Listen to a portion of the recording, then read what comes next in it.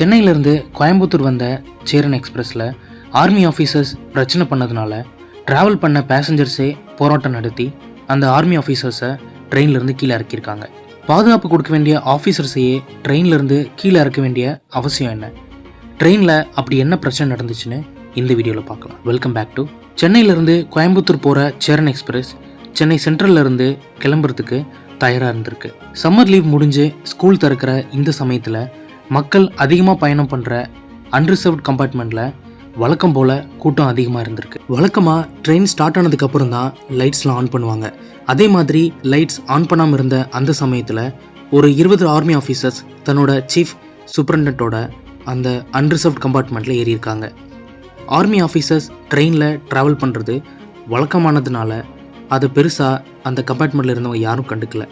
ஆனால் அதுக்கப்புறம் நடந்த விஷயந்தான் ட்ரெயின் முன்னாடி போராட்டம் பண்ணி அந்த ஆஃபீஸர்ஸை கீழே இறக்க வைக்கிற அளவுக்கு நடந்திருக்கு. அந்த ஆஃபீஸர்ஸ் எல்லாருமே மது போதையில் இருந்ததாக சொல்லப்படுது. கம்பார்ட்மெண்ட்டில் ஏறின கொஞ்ச நேரத்தில் இது ஆஃபீஸர்ஸ்க்காக ஒதுக்கப்பட்ட கம்பார்ட்மெண்ட், இங்கே இருக்கக்கூடாது, வேற இடத்துல போய் உட்காருங்கன்னு அந்த பப்ளிக் கிட்ட சொல்லி சத்தம் போட்டிருக்காங்க. ஆர்மி ஆஃபீஸர்ஸையோ இல்லை அவங்களுக்கு உண்டான சலுகைகளையோ பற்றி தெரியாத பப்ளிக் அவங்களுக்கு உட்கார அங்கே இடம் கொடுத்துருக்காங்க. கொஞ்ச நேரத்தில் அந்த ஆஃபீஸர்ஸ் சத்தம் போட்டு பேசி சிரித்து சீட்டு விளையாட ஆரம்பிச்சிருக்காங்க. அது அங்கே இருந்த பப்ளிக்கு ரொம்பவே டிஸ்டர்பாக இருந்திருக்கு. ஏன் இப்படி சத்தம் போடுறீங்கன்னு கேட்ட பப்ளிக்கை அவங்க கிட்ட அந்த துப்பாக்கியை காட்டி பயமுறுத்திருக்காங்க. அங்கே இருந்த யாரையுமே டாய்லெட் கூட யூஸ் பண்ண விடாமல் வழிமறித்து ரொம்ப இடைஞ்சல் கொடுத்துருக்காங்க அந்த ஆஃபீஸர்ஸ். இதை தட்டி கேட்ட ஒரு குழந்தையோட அப்பாவை வாட்டர் பாட்டிலால் அடிச்சிருக்காங்க. அந்த பாட்டில் தவறி அவரோட குழந்தை மேலே விழுந்துருச்சு. இதனால் கோவமான சக பேசஞ்சர்ஸ் ஆஃபீஸர்ஸ் கூட வாக்குவாதம் பண்ணுறாங்க.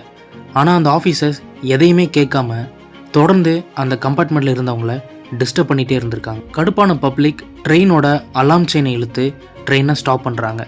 கொஞ்ச நேரத்தில் டிடிஆரும் ட்ரெயினோட பைலட்டும் அங்கே வந்து அந்த பிரச்சனையை விசாரிக்கிறாங்க. ஆனால் அவங்களையும் தகாத வார்த்தைகளை திட்டி பிரச்சனை பண்ணியிருக்காங்க அந்த ஆஃபீஸர்ஸ். செயினை இழுத்ததுனால ட்ரெயின் ஜோலார்பேட்டைக்கு முன்னாடி ஒரு இருட்டான இடத்துல நிற்கிது. மற்ற பேசஞ்சர்ஸ்க்கு அங்கே என்ன நடக்குதுன்னு ஒன்றுமே புரியல. ட்ரெயின் ஜோலார்பேட்டை வந்து நின்னதும் ஜோலார்பேட்டை ரயில்வே போலீஸ்க்கு தகவல் கொடுக்கப்படுது. ரயில்வே போலீஸ் அந்த ஆஃபீஸர்ஸ் கிட்ட பேச ஆரம்பிக்கிறாங்க. ஆனால் ஆஃபீஸர்ஸ் அதை கேட்குற மாதிரி தெரியல.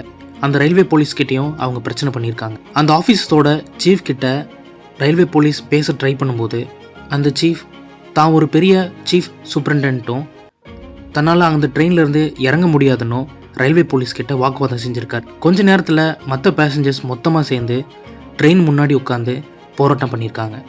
அந்த ஆஃபீஸர்ஸை அங்கேயே இறக்கி விடணும்னு கோரிக்கை வச்சுருக்காங்க. நிலைமை கட்டுக்கடங்காமல் போனதால் ஆஃபீஸர்ஸ் மன்னிப்பு கேட்குறாங்க. அந்த சீஃப் மட்டும் தாங்கிட்ட கன்று இருக்கிறதாவும் அதை காட்டியும் பயமுறுத்தியிருக்காரு.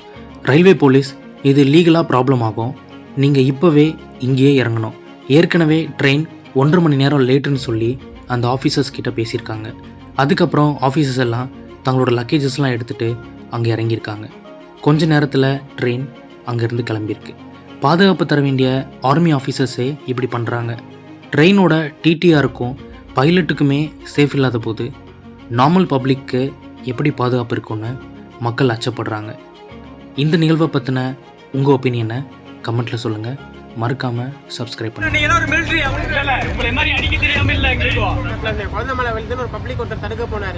செருப்பு எடுத்து வீசி அடிச்சாரு.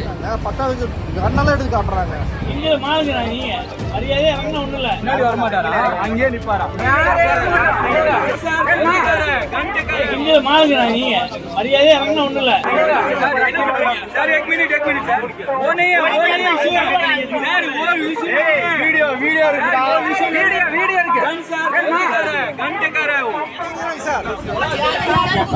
சொன்னாங்களா அப்பாவி சுடுறதுக்கு தான் துப்பாக்கி பயிற்சி கொடுத்தாங்களா உங்களுக்கு? நாங்க பயந்துக்குவோமா? உங்களை மாதிரி அடிக்க தெரியாம இல்ல எங்களுக்கு.